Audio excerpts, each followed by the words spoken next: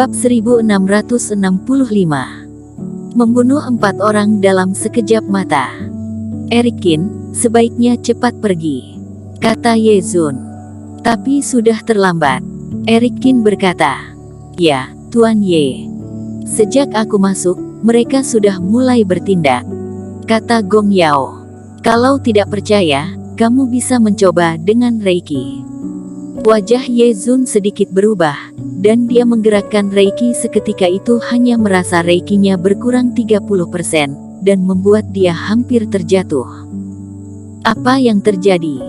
Ada racun di makanan ini. Paman keempat itu berbohong kepada kamu. Dia tidak akan membiarkan aku pergi. Erikin menepuk bahu Ye Zun dan berbicara dengan tenang. Jikalau kamu tahu itu beracun, mengapa kamu masih makan begitu banyak? Ye Zun lamban dan belum terpikirkan. Tetapi pada saat ini, di luar geraha, ada cahaya yang tiba-tiba menyala. Hehe, kamu pintar sekali bisa melihat banyak hal. Tidak heran kamu bisa mendapatkan token letnan, tapi sayangnya sudah terlambat. Seringai penatua keempat tiba-tiba terdengar di luar. Kemudian terdengar suara ledakan. Di depan aula, pintu dan jendela langsung terpecah belah. Penatua keempat membawa beberapa kultivator dan berjalan masuk dari segala sisi aula. Masing-masing dari mereka penuh dengan aura yang menonjol, dan mereka semua fase transendensi yang kuat. Paman keempat, kamu meracuni makanan, dan sekarang kamu mengirim orang untuk mengepung tempat ini, jadi kamu telah membohongi aku, kata Ye Zun dengan penuh amarah. Aku telah melakukan apa yang diminta, tetapi mereka malah tidak menepati janji. Keponakanku, Ye Zun, kamu terlalu polos. Bagaimana kamu bisa percaya pada musuh sendiri? Penatua keempat menertawainya. Erikin, maafkan aku, biarkan aku yang akan menghadang mereka, kamu cepat pergi. Terlihat ada penyesalan di mata Ye Zun. Matanya memerah dan perasaannya terpukul. Akulah yang mencelakai Erikin. Gara-gara aku terlalu mempercayai mereka, seharusnya aku bisa memperingatkannya ketika aku berada di gerbang pintu, maka Erikin tidak akan dalam bahaya seperti ini. Sekarang dia dikepung oleh beberapa fase transendensi, di luar ada rombongan keluarga Ye, dan juga ada formasi Erikin. Mereka sudah pasti sulit untuk melarikan diri. Meski dalam hatinya putus asa, namun Ye Zun tetap berusaha keras untuk mengatasi mereka. Sebuah patung dewa muncul di belakangnya, dan seluruh tubuh patung itu dipenuhi oleh cahaya, memancarkan sinar kecemerlangan ke arah penatua keempat dan yang lainnya. Walau sampai harus berkorban, dia tetap mau mencoba untuk menahan mereka dan mengulur waktu agar Erikin bisa pergi. Ye Zun, kamu berani melawan kami hanya dengan keterampilan yang tidak seberapa itu. Di samping penatua keempat, ada seorang kultivator paruh baya sedang menertawainya. Tanpa penatua keempat yang turun tangan, dia cukup mengulurkan tangannya untuk menghasilkan sebuah reiki besar. Kekuatan reikinya ini pun menyebar luas. Sinar yang keluar dari patung itu langsung terguncang oleh reiki. Ye Zun juga bermuntahan darah, dan sumber energi di belakangnya hampir terhancurkan. Namun, Ye Zun tidak menyerah, dia terus berupaya menyerang. Senjata pusaka di tangannya pun dihancurkan. Bam! Sebuah bel transparan raksasa jatuh dari langit, menyelimuti mereka semua. Wahai anakku, ternyata kamu memiliki senjata seperti ini, bahkan tidak diketahui kami. Ekspresi penatua keempat tiba-tiba berubah dan dia tidak menyangka Ye Zun begitu licik. Dia menerbangkan sebuah reiki dan mendarat di atas bel raksasa ini, namun gagal memecahkannya. Erikin, cepat pergi. Ye Zun mengelap darah yang ada di bibirnya dan terbang kembali. Dia hendak pergi bersama Erikin. Tetapi ketika dia terbang kembali ke meja dan melihat keadaan di depannya, Ye Zun hampir memuntahkan darah lagi. Tadinya Erikin masih berdiri di depan, tampak sudah siap. Sekarang sebaliknya, dia duduk di kursi sembarangan, satu tangan memegang guci arak, dan satu tangan lagi menyeruput arak spiritual.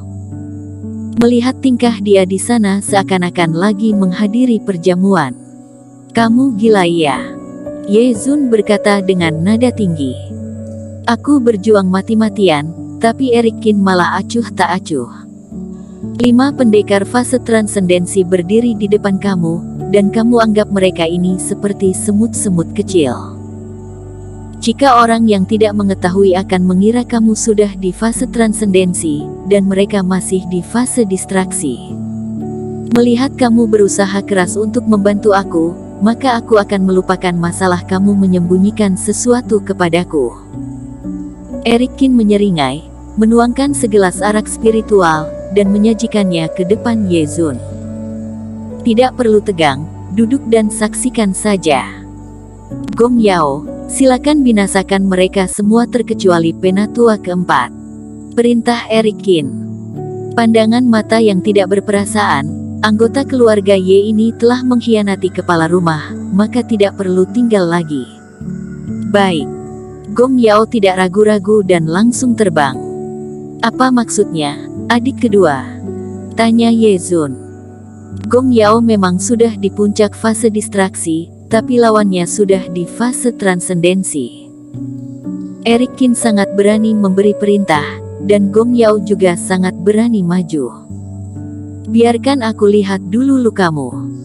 Eric Kin tersenyum dan menekan Ye Zun di kursi, lalu sentuhan Reiki mengalir ke tubuhnya. "Ini Reiki apa?" Ye Zun merasakan aura yang kuat dan kencang mengalir deras, dan terkejut sejenak. Dan pada saat ini juga, Penatua keempat dan kelima pendekar lainnya baru saja menghancurkan bel raksasa. "Sombong, seorang fase distraksi berani membuat ulah di depan aku."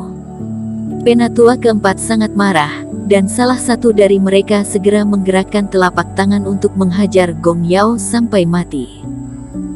Dengan pedang panjang berwarna hitam di tangannya, terlihat Gong Yao tidak akan mengampuni mereka. Dia membenci pengkhianatan, orang yang memakan sekte sendiri, belum lagi orang-orang ini menghina teman masternya, ini sama seperti menghina dirinya sendiri. Cahaya pedang spiritual berkedip dan jurus 13 tebasan yang diajarkan oleh Eric Kin tiba-tiba diluncurkan. Dibandingkan dengan jurus 13 tebasan favorit Eric Kin, Gong Yao lebih memilih jurus 12 tebasan. Karena jurus ini merupakan jurus pedang yang sangat cepat. Berbeda dengan 13 tebasan yang disempurnakan oleh Master Abadi Rui, pukulan energi abadi yang membentuk peri pedang kuno yang menyerang dengan kekuatan dahsyat. Walau jurus 12 tebasan ini tidak bertahan lama, tetapi tetap penuh kekuatan. Siu. Cahaya pedang meluncur melintasi langit, seperti sinar matahari membelah bumi. Di seluruh aula, semuanya menjadi gelap, seolah-olah antara langit dan bumi, hanya cahaya pedang ini yang tersisa. Mata Penatua keempat tidak bisa melihat dengan jelas, hanya merasakan ada hembusan angin sepoi-sepoi yang mengusap pipinya. Tapi kemudian, suara jeritan terdengar hampir bersamaan.